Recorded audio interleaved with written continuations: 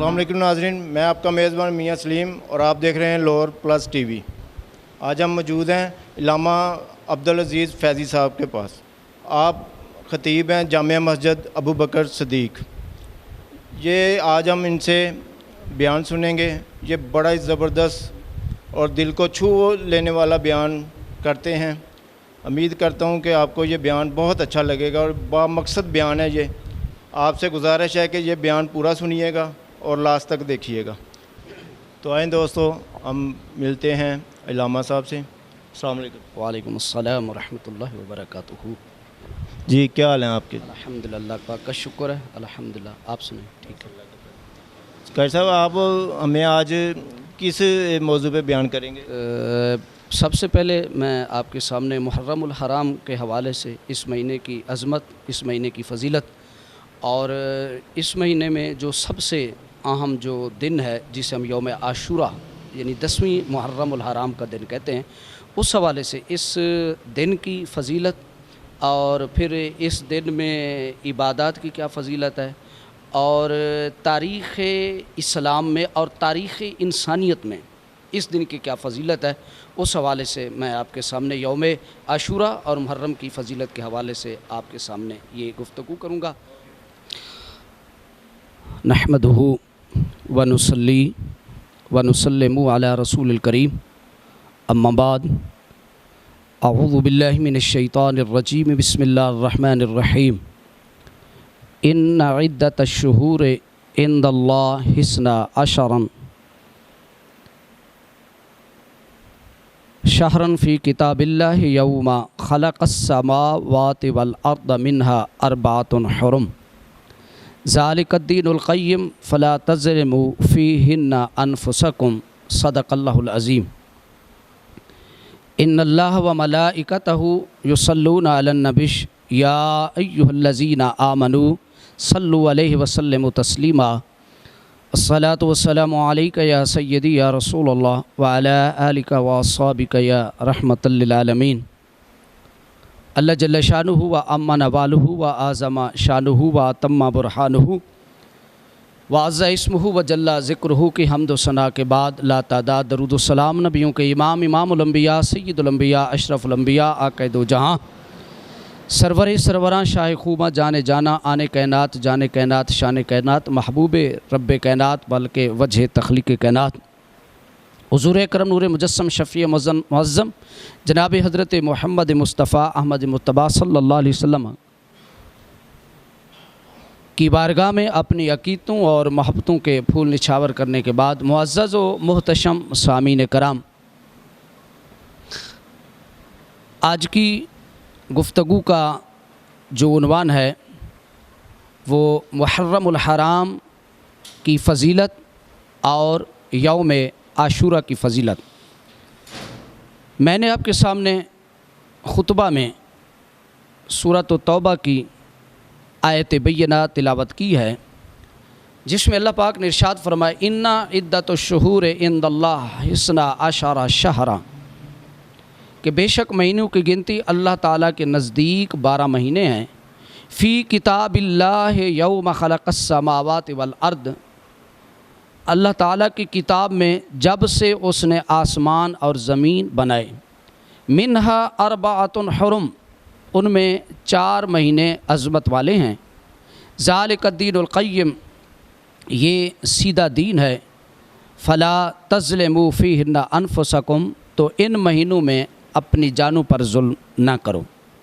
قرآن مجید برہان رشید کی آیت بینہ کے مطابق اللہ تبارک و تعالی یہ ارشاد فرما رہا ہے کہ ہم نے جب سے زمین اور آسمان کو پیدا فرمایا ہے تو اس وقت سے جو مہینوں کی تعداد ہے وہ 12 ہی ہے، جنہیں ہم اسلامی مہینے کہتے ہیں محرم، صفر، ربیع الاول، ربیع الثانی، جمادی الاول، جمادی الثانی، رجب، شعبان، رمضان، شوال، ذوالقعدہ، ذی الحج۔ تو یہ سال کے یہ 12 اسلامی مہینے ہیں، اور ان میں سے پھر اللہ تبارک و تعالی نے ارشاد فرمایا منہا 4 حرم، ان میں جو 4 مہینے والے ہیں وہ عظمت والے 4 مہینے ہیں، اور وہ عظمت والے حرمت والے مہینے کون سے ہیں؟ ذیقعدہ، ذی الحج، محرم اور رجب۔ 3 مہینے لگاتار، ذیقعدہ، ذی الحج، محرم اور رجب شریف کا۔ تو یہ 4 مہینے اللہ تبارک و تعالی ارشاد فرما رہا ہے کہ منھا اربعۃ حرم، یہ حرمت والے مہینے ہیں۔ قبل از اسلام کفار مکہ بھی ان 4 مہینوں کا احترام کرتے تھے، اور وہ احترام کس طرح کرتے تھے کہ ان 4 مہینوں میں وہ ہر قسم کے جنگ و جدال سے، ہر قسم کے جنگ سے، ہر قسم کے قتل و غارت سے، ہر قسم کے لڑائی جھگڑا سے ساری چیزیں ختم کر دیتے، اپنی تلواروں کو نیاموں میں رکھ دیتے، اور ان 4 مہینوں کا بڑا ادب و احترام کرتے تھے۔ یہاں تک کہ سیرت نگاروں نے لکھا ہے کہ ان 4 مہینوں میں اگر ان کے سامنے ان کے باپ یا ان کے بھائی کا قاتل بھی آ جاتا وہ اس کو بھی قتل نہ کرتے۔ حالانکہ آپ اگر عرب کی تاریخ کا مطالعہ کریں تو عرب کی تاریخ یہ بتاتی ہے، کسی نے کیا خوب کہا تھا کہ کبھی پانی پلانے پہ جھگڑا، کبھی گھوڑا آگے بڑھانے پہ جھگڑا۔ یہ وہ لوگ تھے جو چھوٹی چھوٹی باتوں پر لڑائی جھگڑے شروع کر دیتے تھے، یعنی اتنی چھوٹی سی بات پر کہ اگر ایک بندہ ایک گھاٹ پر اپنے گھوڑے کو پانی پلانے گیا ہے، اور اگر اس سے کسی بندے نے اس سے پہلے پانی پلا دیا، یا کسی کا گھوڑا جا رہا تھا اور وہ پیچھے سے کوئی بندہ آیا اس کے گھوڑے کو کراس کر کے چلا گیا، تو وہ اس کو اپنے لیے بہت بڑی اپنی انسلٹ سمجھتا تھا۔ تو پھر اسی چھوٹی چھوٹی باتوں کے اوپر کئی سال جو ہے لڑائیاں چلتی تھیں۔ لیکن وہ بھی جو مکے کے کافر تھے، مشرکین عرب تھے، اور جو اہل مکہ تھے، ان 4 مہینوں میں ذیقعدہ، ذی الحج، محرم اور رجب کے مہینے، ان 4 مہینوں کا بھی وہ بڑا ادب و احترام کرتے تھے۔ اور اللہ پاک نے دین اسلام میں بھی ان مہینوں کی عظمت اور حرمت کو اللہ تبارک و تعالیٰ نے قائم رکھا۔ اسلامی سال کا جو پہلا مہینہ جسے محرم الحرام کہا جاتا ہے، اس مہینے بھی جنگ و قتال حرام ہے، اور اللہ تبارک و تعالیٰ یہ محرم الحرام یہ اللہ تبارک و تعالیٰ کے مہینوں میں سے ایک مہینہ ہے۔ اور پھر محرم الحرام اس کا دن جو ہے بڑی یہ مہینہ عظمت عالی برکت والا مہینہ ہے، سال کا یہ پہلا مہینہ ہے۔ اور اس لیے آقا صلی اللہ علیہ وسلم نے یہ بھی فرمایا کہ امت مصطفیٰ جو ہے وہ اپنے سال کا آغاز جو ہے وہ روزہ رکھ کے کرے تاکہ اس کے سال کا آغاز وہ روزوں کے ساتھ ہو۔ اور اس مہینے میں 10ویں محرم الحرام کا دن جسے ہم یوم عاشور کہتے ہیں، یوم عاشورہ بھی کہا جاتا ہے، یوم عاشور بھی کہا جاتا ہے، تو اس کو 10ویں محرم الحرام یوم عاشور کا دن جو ہے یہ بڑی عظمت والا ہے، دین اسلام سے پہلے اور دین اسلام کے بعد بھی اس کی عظمت، اس کی فضیلت کو برقرار رکھا گیا۔ اچھا، یہ بات بھی ذہن نشین ہونی چاہیے کہ اکثر لوگوں کے ذہن میں یہ بات ہے کہ یہ جو 10ویں محرم الحرام کا دن ہے اس کی عظمت جو ہے واقعہ کربلا کی وجہ سے ہے۔ واقعہ کربلا یقیناً تاریخ اسلام میں ایک بہت بڑا عظیم واقعہ ہے، اور بڑا عظیم واقعہ رونما ہوا، اور لیکن اگر ہم تاریخ اسلام کا اور تاریخ انسانیت کا اگر ہم مطالعہ کرتے ہیں تو یوم عاشور یہ 10ویں محرم کا دن صرف واقعہ کربلا کی وجہ سے عظمت والا یا واقعہ کربلا کی وجہ سے محروم نہیں ہے، بلکہ میں آپ کے سامنے عرض کرنا چاہتا ہوں کہ جس کو فیض القدیر میں نقل کیا گیا کہ یہ صرف مہینہ کربلا کی وجہ سے مشہور نہیں ہے، بلکہ اس دن میں بڑے بڑے واقعات رونما ہوئے، جیسا کہ لکھا گیا ہے کہ حضرت آدم علیہ السلام کی جو توبہ قبول ہوئی تو یہی یوم عاشور کا دن تھا، اور اسی طرح جب فرعون اس کا لشکر غرق ہوا تو یہی یوم عاشور کا دن تھا۔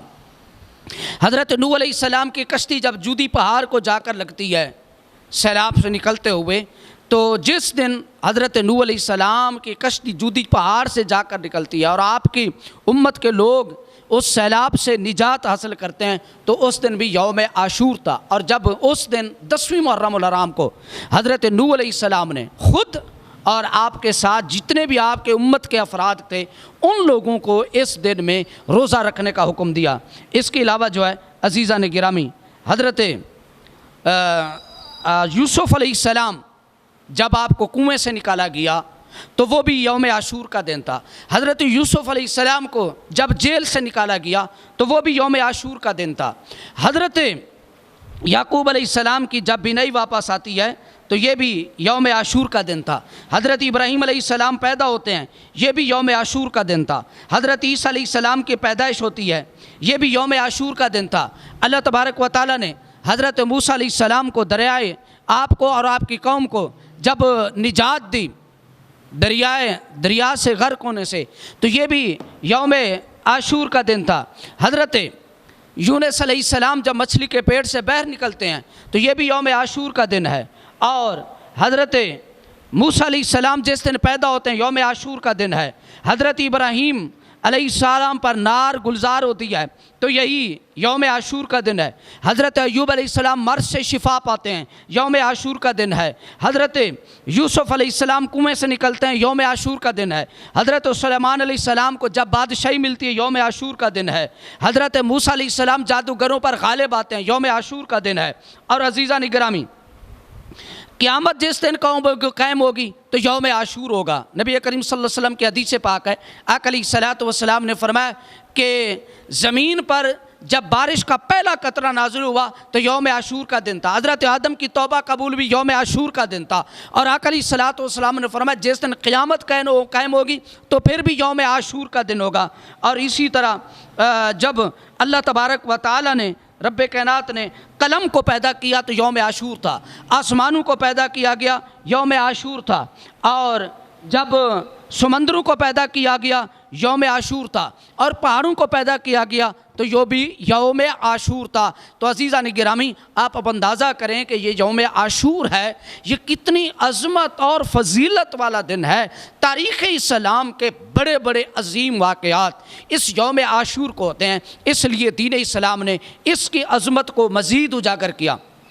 اور نبی مکرم صلی اللہ علیہ وسلم نے، آقا علیہ الصلوۃ والسلام نے ارشاد فرمایا کہ اس دن کو، یوم عاشور کو، نبی کریم صلی اللہ علیہ وسلم نے اپنی امت کو روزہ رکھنے کا حکم دیا۔ حضور نبی کریم صلی اللہ علیہ وسلم جب مدینہ پاک میں تشریف لائے تو مدینہ طیبہ کے جو یہودی تھے وہ یوم عاشور کا روزہ رکھتے تھے۔ حضور نبی کریم صلی اللہ علیہ وسلم نے ان سے پوچھا کہ تم یہ یوم عاشور یعنی 10ویں محرم الحرام کا روزہ کیوں رکھتے ہو؟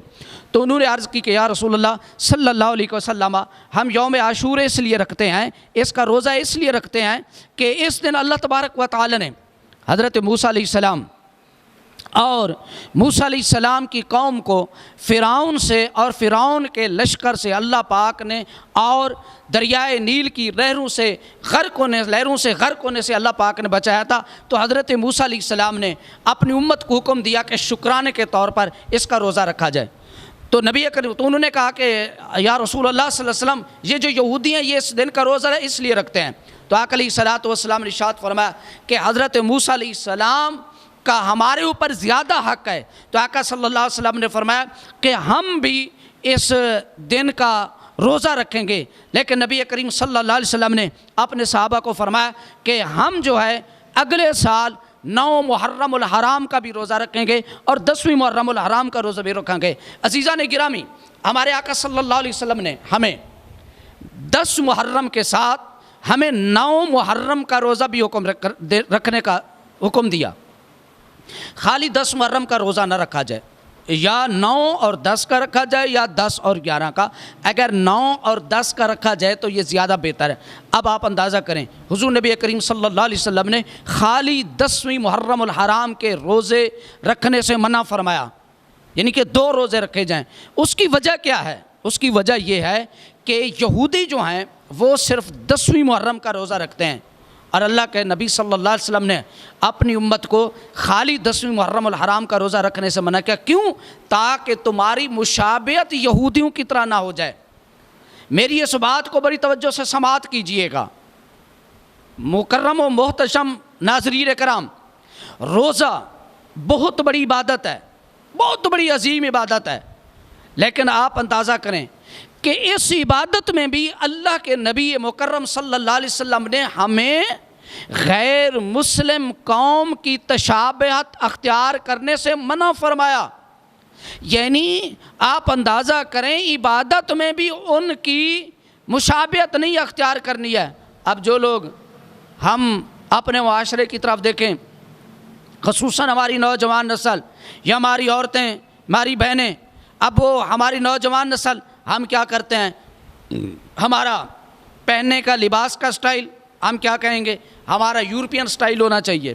مغرب کی تقلید کرتے ہیں، کھانے میں مغرب کی تقلید کرتے ہیں، پینے میں مغرب کی تقلید کرتے ہیں، ہمارا ہیئر سٹائل مغرب کی تقلید کا، ہمارا پہننا لباس، ہماری ہر چیز جو ہے ہم مغرب کی تقلید کرتے ہیں، ان کی نقل کرتے ہیں. اور آپ اندازہ کریں نبی کریم صلی اللہ علیہ وسلم نے اس امت کو عبادت میں بھی ان کی مشابہت اختیار کرنے سے منع فرمایا، تو پھر تو باقی ان کی تہذیب کو تو ویسے ہی نہیں لیا جا سکتا. تو اگر ہم یہ چاہتے ہیں، اگر ہم کامیابی چاہتے ہیں، تو ہمیں اپنے نبی کریم صلی اللہ علیہ وسلم کی سنت مطہرہ پر عمل کرنا پڑے گا. تو آقا کریم صلی اللہ علیہ وسلم نے یوم عاشوراء کو اس امت کو روزہ رکھنے کا حکم دیا. 9 یا 10 کا روزہ رکھا جائے. نبی کریم صلی اللہ علیہ وسلم نے ارشاد فرمایا کہ فرض روزوں کے بعد جو سب سے بڑی عظمت اور فضیلت والا روزہ ہے، آقا صلی اللہ علیہ وسلم نے فرمایا وہ یوم عاشوراء کا روزہ ہے. اسی طرح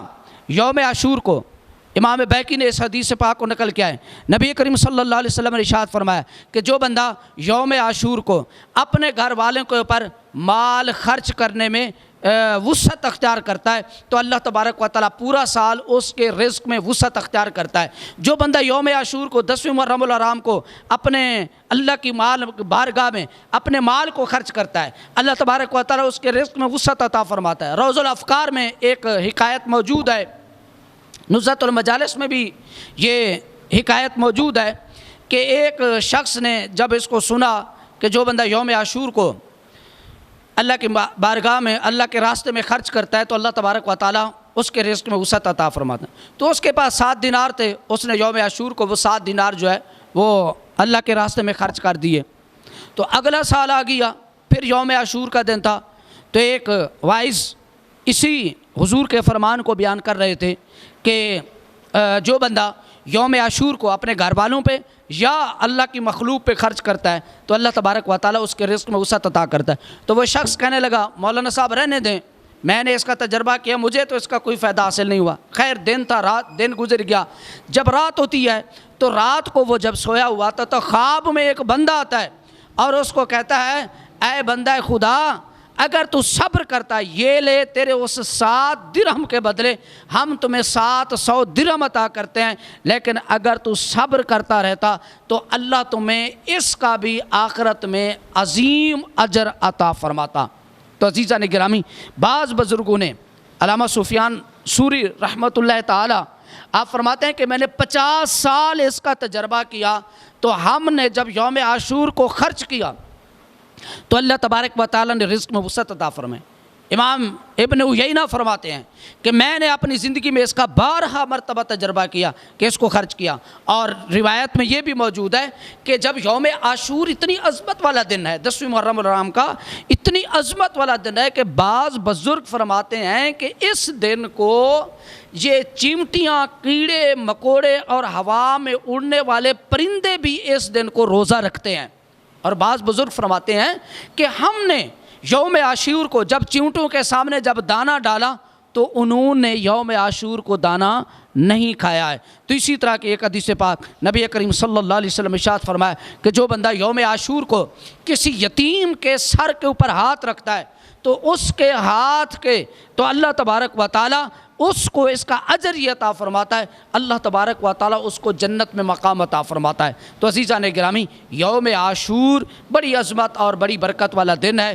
اس دن میں اللہ تبارک و رات کو اللہ تبارک و تعالیٰ کی عبادت کی جائے، اللہ کی بارگاہ میں اپنے مال کو خرچ کیا جائے، اور اگر اللہ تبارک و تعالیٰ توفیق دے تو 9 اور 10 محرم الحرام کا روزہ بھی رکھا جائے. یہ نفلی روزہ ہے، کوئی رکھ سکتا ہے تو ٹھیک ہے، کوئی نہیں رکھ سکتا سکتا تو وہ بھی اس کی اپنی مرضی ہے. بہرحال کوشش کی جائے کہ یوم عاشور کا جس دن ہے بڑی عظمت، بڑی برکت، بڑی فضیلت والا دن ہے، اس دن کو اللہ اور اس کے محبوب کے ذکر میں گزارا جائے تاکہ کل قیامت والے دن یہ اللہ کا ذکر ہمارے لیے توشہ آخرت اور ہمارے لیے ذریعہ شفاعت بن سکے. دعا ہے کہ اللہ پاک میرے ان معروضات پر مجھے اور آپ سب کو عمل کرنے کی توفیق عطا فرمائے. آمین بجاہ النبی الامین. میری تمام سننے والے احباب سے گزارش ہے کہ آپ نے میرا درس سنا، اس کا مقصد آپ خود سنیں اور اپنے دوستوں کو سنائیں. مقصد اس کا یہ ہے کہ اللہ اور اس کے رسول صلی اللہ علیہ وسلم کا دین کا پیغام جتنا بھی حضور کی امت تک پہنچ سکتا ہے اس پیغام کو پہنچایا جائے. آپ لوگ ہمارا ساتھ دیں اور دین کے اس مشن کو آگے پھیلانے میں ہمارے ساتھ تعاون کریں. یہ ایک صدقہ جاریہ ہے، جن جن لوگوں تک جائے گا، اگر کسی ایک بھی بندے کے دل میں یہ بات بیٹھ گئی جو ہم نے بیان کیا اور وہ اس پر عمل شروع کر دیتا ہے، اس کا آپ کو بھی اجر ملتا رہے گا، مجھے بھی اجر ملتا رہے گا. دعا ہے اس چینل کے جو ہمارے دوست ہیں جناب بھائی سلیم صاحب جنہوں نے یہ سلسلہ شروع کیا ہے، اللہ پاک ان کو اس مشن میں کامیابی عطا فرمائے. تمام دوستوں کی خدمت میں التماس ہے کہ اس چینل کو سبسکرائب کریں اور دوستوں کو دعوت دیں. اس مشن کو آگے پہنچانے میں اللہ ہم سب کا حامی و ناصر ہو.